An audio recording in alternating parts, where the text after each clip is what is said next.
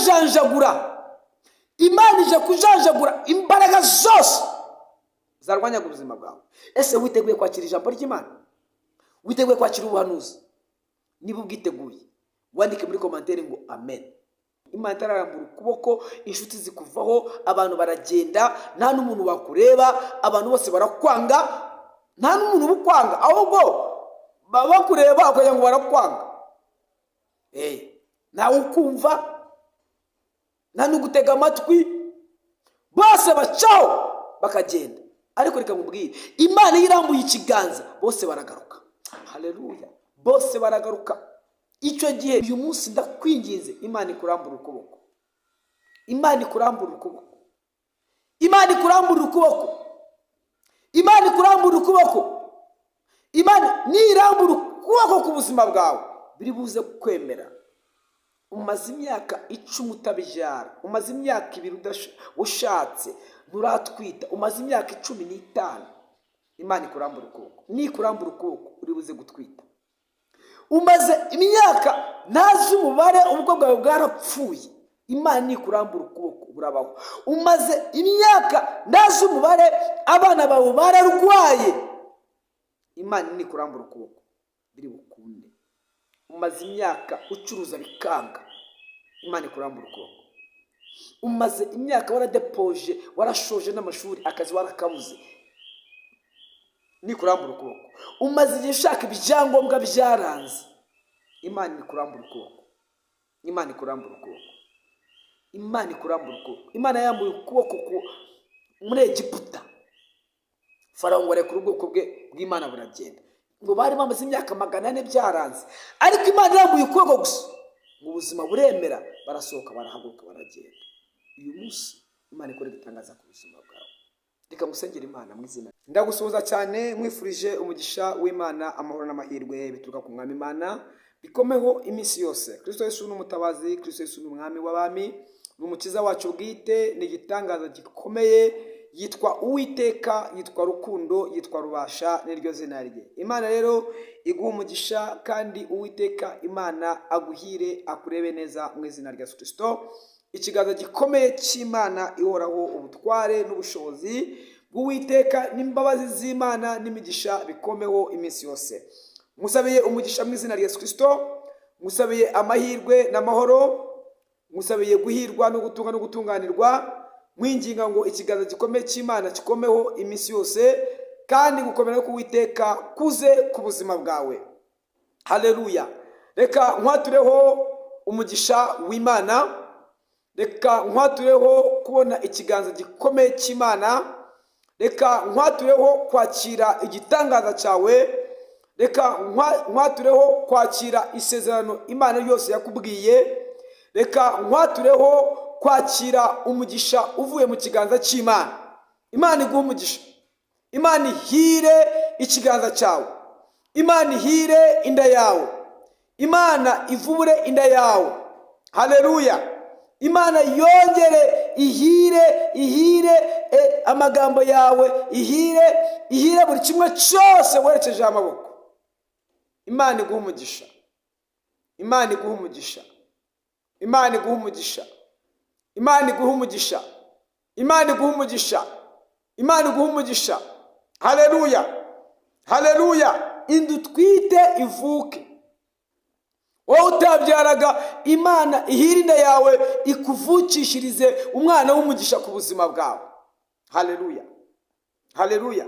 Wakoraga bikanga, uyu munsi wa none natuye umugisha ku kiganza cyawe, natuye umugisha ku byo ugambira byose, natuye umugisha ku byo uteganya, natuye umugisha.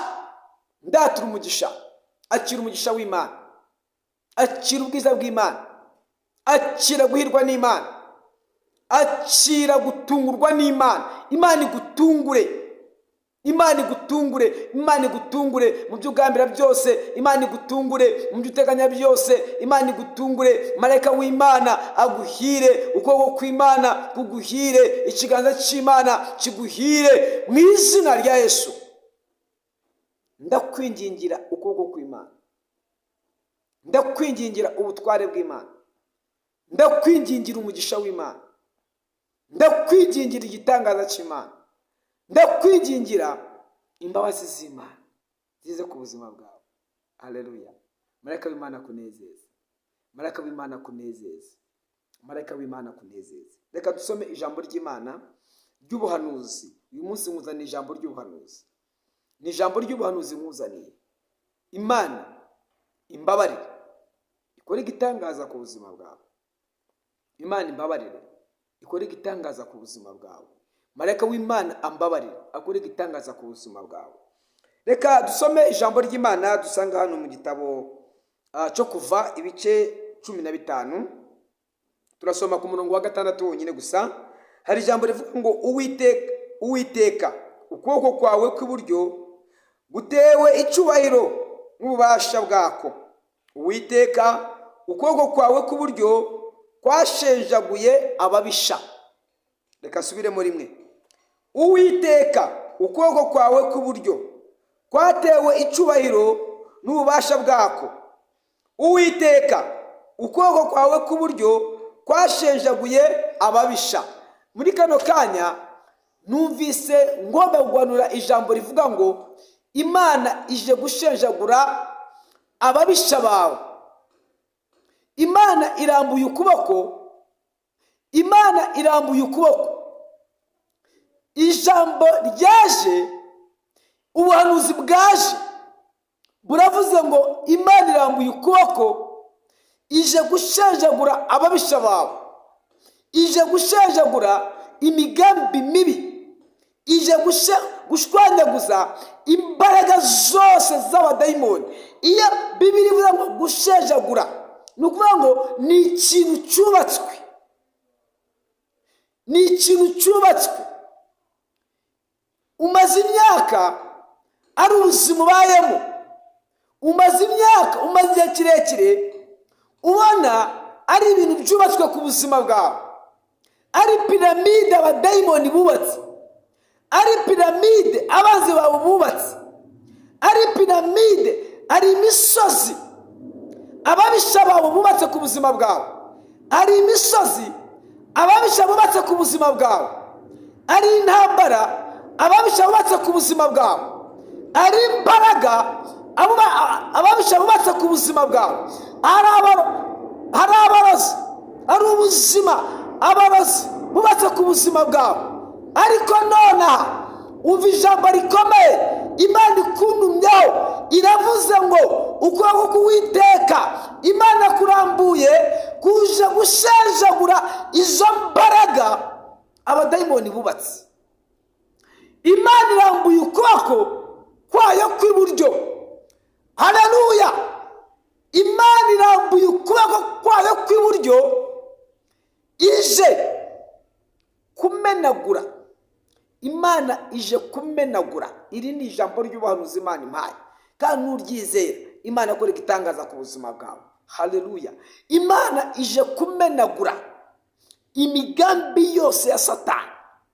Imana ije kumenagura imyuka yose mibi ikubuza kwakira. Wari uzi ko ari igihe abadayimoni bakora akazu bagatuma bakubaka urukuta, bagatuma amasezerano yawe adasohora? Reka ngurugero, Abayisiraheli Imana yabaye igihugu, ariko ngo bageze i Yeriko basanga ngo hubatswe inkike z'amabuye. Inkike z'amabuye. Izi nkike z'amabuye z'i Yeriko ngo yari inkike ndende ifite metero 120 mu bujyejuru. Yari ifite fondasiyo mu kugera mu kuzimu ngo yari ndende. Ubutambike, umurambararo ngo yari metero 6, 6 metero. Shatuvuga ngo yanganaga n'umuhanda wacishaho imodoka ebyiri urwo rukuta. Mu bujyejuru zari metero 120. Uru rukuta ntabwo waruhirika. Uru rukuta na bombe yapfa kuruhirika. Uru rukuta banza rwumve ngo rwubakishijwe na sima ikomeye y'igifuti. Nuko ngo bari bariteguye ko bagomba kuzibira Abayisiraheli.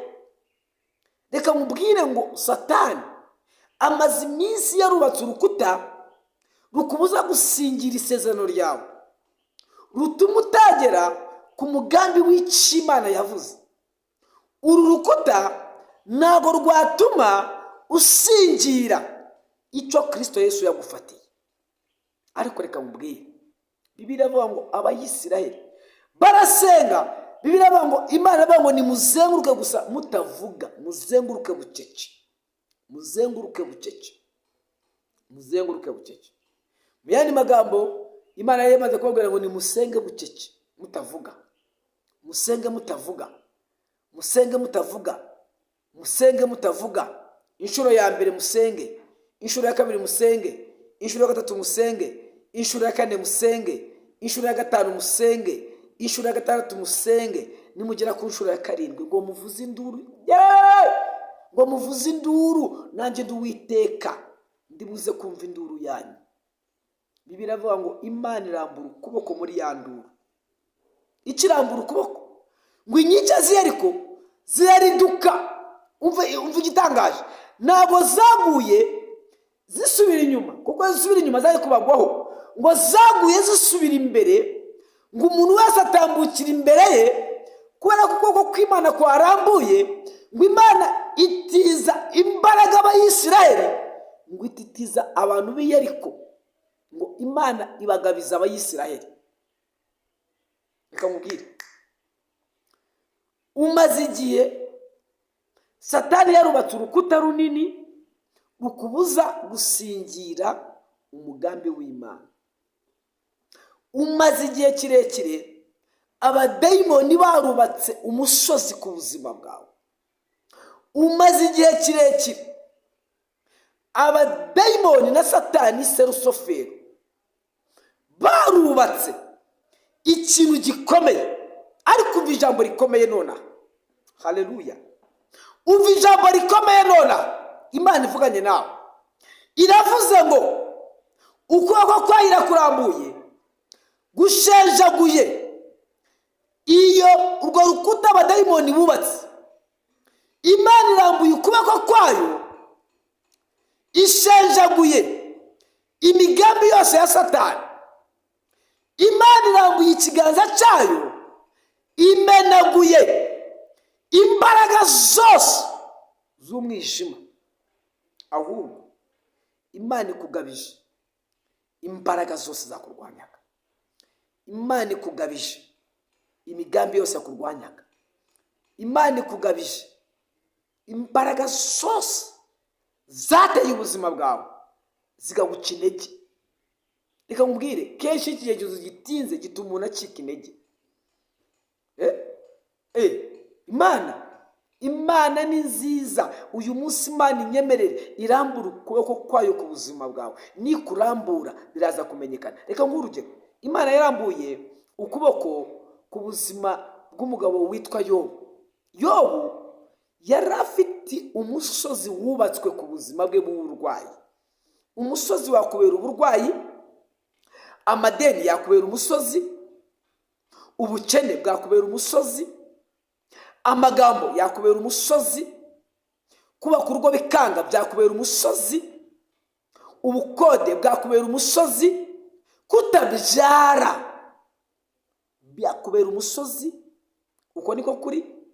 Kudashaka ni umusozi, kubengwa igihe kirekire ni umusozi. Mvuga imisozi nyirangiza ntabwo nayishobora, nawe ushyiraho uwawe musozi. Bwakubera ubutayu. Buri wese afite ubutayu bwe, buri wese afite umusozi we. Kuko ikiganiro nyikora cyangwa ijambo ry'Imana abantu zimbuzana, n'isi yose igiye kubwumva.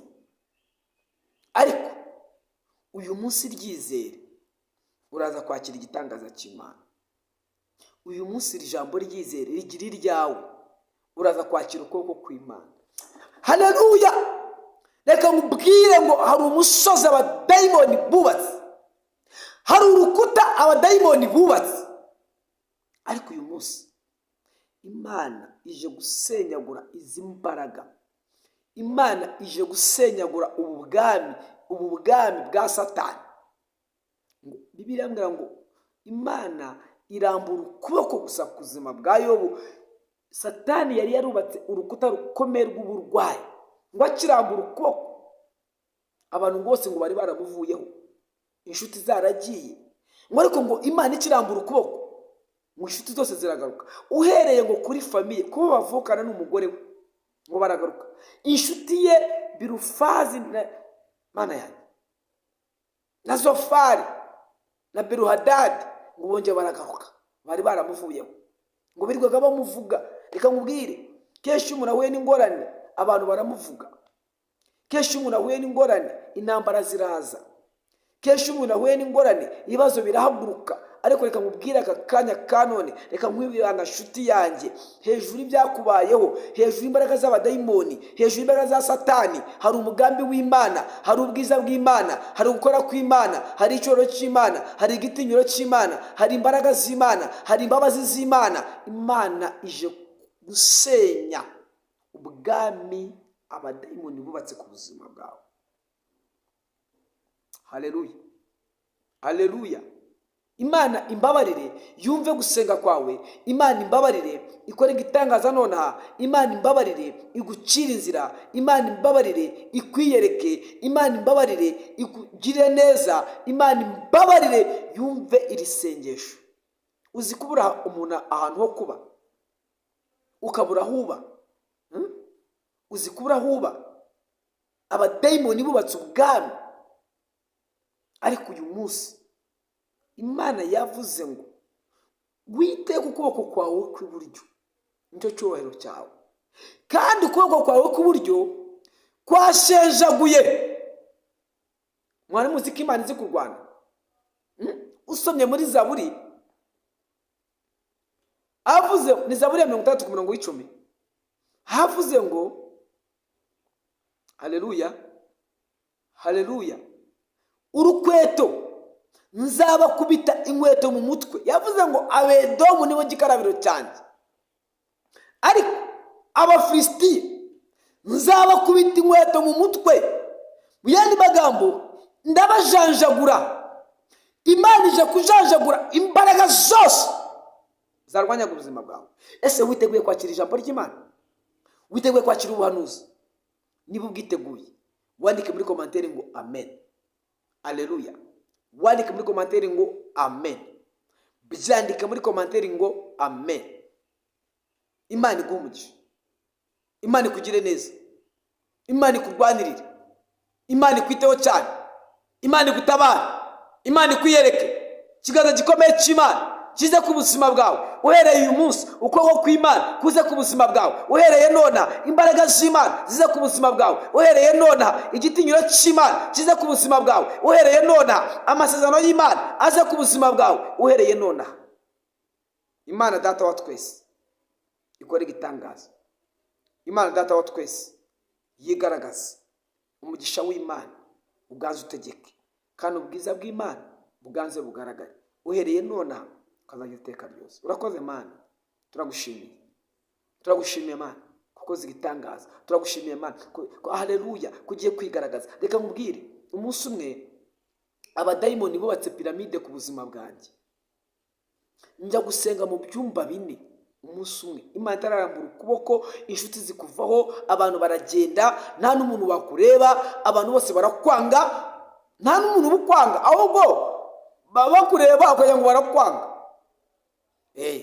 Nawe ukumva, nta n'ugutega amatwi, bose bacaho bakagenda. Ariko reka nkubwire, Imana irambuye ikiganza bose baragaruka. Haleluya, bose baragaruka. Icyo gihe ndabyibuka nigeze kwaka ngo mbwirize, nanditse agapapuro tujana bagakora ADPR ku Murindi, nandika agapapuro inshuro 4 ngo niyigishe ijambo ry'Imana, kubera situation irimo baba bakubonamo inzara, bakubonamo ubukene, baba bakubonamo ko ntacyo ushoboye, bakubona ko nta n'umuko ufite, bamvaho. Nagiye gusenga mu byumba 4 umunsi umwe, mbwira Imana ngo Mana mbahora igihumbi cyo kurya, numva ngasaka igihumbi gusa, saba Imana igihumbi. Ngiyeyo Imana ireba ibyo nkeneye. Reka nkubwire, Imana imeze nk'abantu, Imana iyo ireba ibyo ukeneye akari ibyiguha. Nasabaga Imana igihumbi kimwe cyonyine, bwiriwe nsenga umunsi wose, nasenze mu cyumba kwa Masifa no, naragira kwa Masifa nabanje gusenga, navuye mu gitondo ndi mu cyumba cy'amasengesho, ngera nimugoroba saa 11, nta n'urebye ibibazo byanjye, nta n'uweretswe ngo imbere yawe wenda hari igiti cy'urusenda. Kenshi bavuze ngo imbere yawe ngo hari igiti cy'urusenda, ngo abari ibikomeye, ntawabyeretswe, ntawabyeretswe birabura. Ibyo bivaho, nagiye kwa Masifa ndasenga, cyatangiraga saa 2, icyumba cyatangiraga saa 12 gasoza saa 2, ndasenga, habagamo abahanuzi, ndasenga, nta n'uweretswe ikibazo cyanjye, reka da. Iyo Imana itararambura ukuboko nta n'ukwerekwa. Saa 2 zigeze ndahaguruka njya hejuru Indera, habaga icyumba cy'ubugabo tw'agafotozi. Aho ngaho mageze ndicara ndasenga, bugeze saa 5, nageze saa 2 n'igice, bugeze saa 5 ndavuga ntangana Imana ihari. Imana yari ihari, ahubwo kubyakira ntabwo nari mbishoboye. Imana yari ihari, ahubwo kubyakira ntabyo nari nshoboye. Imana yari ihari, ahubwo kugira ngo nuve nakire icyo Imana ishaka ntabwo byari bishoboye. Ndahaguruka saa 5 n'igice, ngenda kara Yesu hirya hari ikindi cyumba kigeza mu gitondo, mpamagara imbaraga z'Imana. Bugeze saa 8 z'ijoro, Imana irambura ukuboko, inyura mu hantu zitwa Deocrates, arampanurira.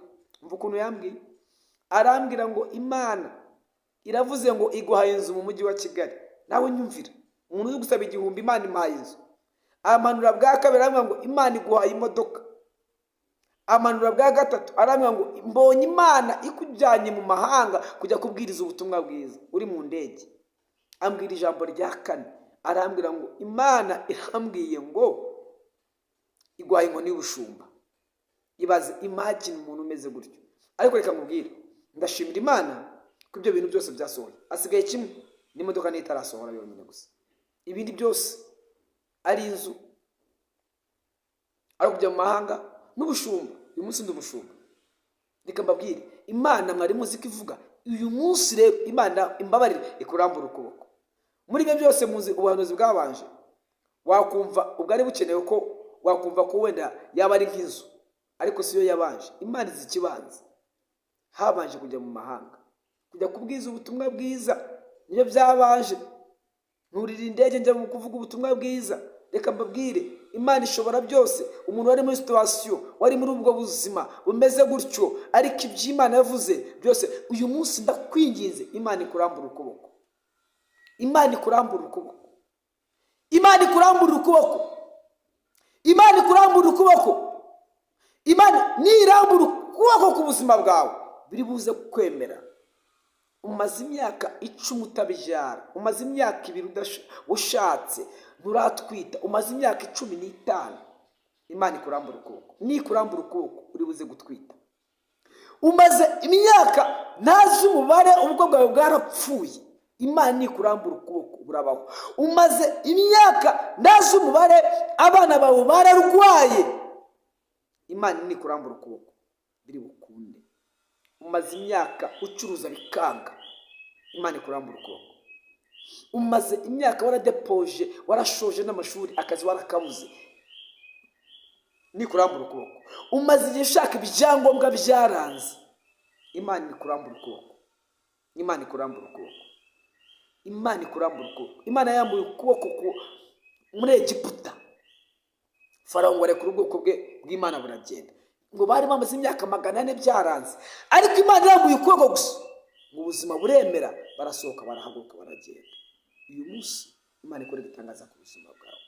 Reka musengere Imana mu izina rya Yesu Kristo. Marayika w'Imana aze kubana nawe, kandi ikiganza gikomeye cy'Uwiteka kikuzenguruke mu izina rya Yesu Kristo. Amen. Nyagasani Uwiteka Mana ishobora byose, ndagushimiye ko uri Imana ifite imbaraga. Ndagushimiye ko uri Imana itabara. Ndagushimiye ko uri Imana ikiranuka. Ndagushimiye ko uri Imana ikiza. Uri Imana ivuga bikaba, yategeka bigakomera. Uwiteka niryo zina ryawe. Witwa Imana ikomeye, witwa Ndiho, witwa Rubasha, witwa Papa, witwa Jehova, witwa Jehova Rafa. Uri Imana ishobora byose. uri Imana ifite imbaraga, uri Imana itabara, uri Imana y'icyubahiro, uri Imana y'uburinzi, uri Imana y'urukundo, uri Imana ivuga bikaba, wategeka bigakomera. Komeza kubana natwe kandi tugire neza. Sengera umuntu wese ujye kumvira ijambo kandi umugire neza mu izina rya Yesu Kristo. Ikiganza gikomeye cy'Uwiteka kimugute kimuzenguruke. Ndagushimye ko ubikoze ubwo Yesu Kristo umwami wacu. Amen. Amahoro y'Imana abane nawe kandi ukomera ko Uwiteka kuze kukugota. Gusaba umugisha mu izina rya Yesu Kristo umwami wacu. Amen.